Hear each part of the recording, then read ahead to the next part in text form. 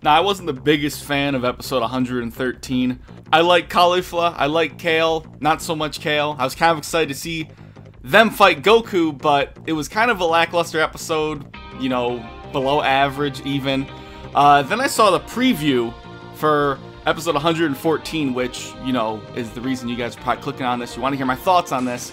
Kale and Caulifla fusing with the Potara earrings. I mean, I was watching the episode with my friend 113, and we were kind of like going back and forth being like, well, this is kind of dumb. This doesn't make sense. Because there were a lot of things that were really questionable and didn't really kind of make any sense in the episode and were kind of confusing us. And then I saw that, and I'm like, okay, everything else doesn't matter now. Now this is crazy. And I had seen art on Twitter, and I was tagged in it. And, you know, it looked really good. It's like, wow, that could be from an episode of a Kale and Caulifla fusion. It was from the episode. I just hadn't seen the episode yet, so why would I believe something like that? I don't know whether to be curious or just flat out confused on why this is exactly happening. We obviously have to see the episode to fully understand this.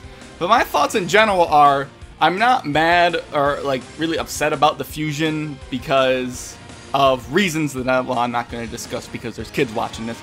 But it's very interesting to see like how they're going to get a hold of the Potara earrings. You know, is the Universe 6 Kai going to throw some in or something like that?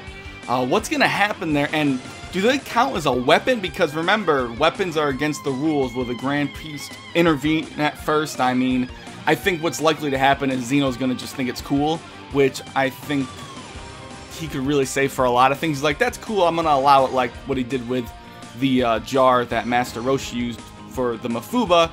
I mean, the Potara earrings aren't really a weapon, even though they do heighten your power. But I would say the earrings are about as much of a weapon as the jar Roshi used for the Mafuba. They're both in ways being used for somewhat offensive purposes. Zeno will probably be like, well, that's cool, I've never seen anything like that, I'll allow it. Or he's curious of what they can do. But I'd like to know you guys' thoughts, because I think it's crazy that this is even being written into the story. Is this just to compete with Goku, really? Or is there a greater threat, like, obviously, maybe Jiren coming back? But I feel like they would show that in the episode preview. This is probably just to fight Goku, but I feel like maybe there's something more to it than just Goku to have them use the earrings. And, you know, there's still that timer that has been established in Super that mortals can only be fused for, what was it, like an hour with the earrings. So, but it is kind of like out of left field, but at the same time, you know, I was talking with Mike from Laughing Stock Media, and he's asking me, you know, how about Ultra Instinct Gogeta fusion or something like that. We were talking about fusion for the tournament, and if that would work. And I'm like, I don't know. I was saying I don't know necessarily if the dance would work, but the Potara earrings, you know, but you know, they could write the dance to be stronger than Jiren if they want to. Maybe it is stronger than him. It's hard to pinpoint. That being said, obviously now with this revelation that they're going to be using the Potara earrings to fuse Kale and Caulifla, it's very possible we could see Vegito again, which is something I wouldn't really have expected to see from the series, at least for a very long time. And I don't know if it's really still going to happen. They might be trying to trick us with this. It might not happen. Vegeta might not want to. I mean, he wouldn't even give Goku energy for the Spirit Bomb.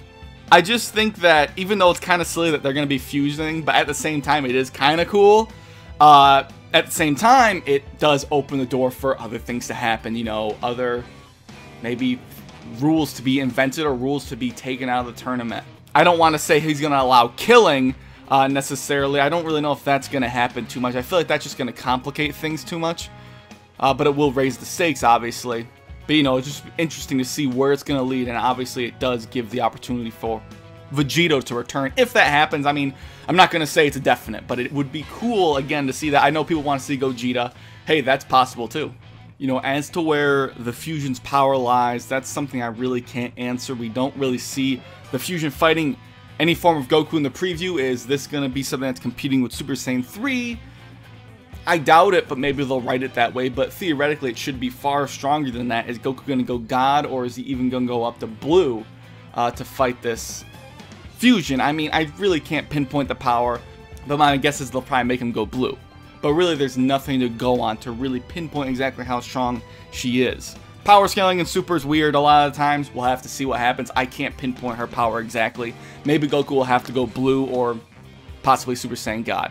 So those are my thoughts. Hopefully I said everything I wanted to. Maybe I missed something. Let me know in the comment section down below. It's great to be back on the mic to do an actual discussion video, and you know, I was really interested to talk about this, so you know, if you guys enjoyed the video, leave a like, let me know what you thought down below, and it's good to be back. And thanks for watching, and I'll catch you guys later.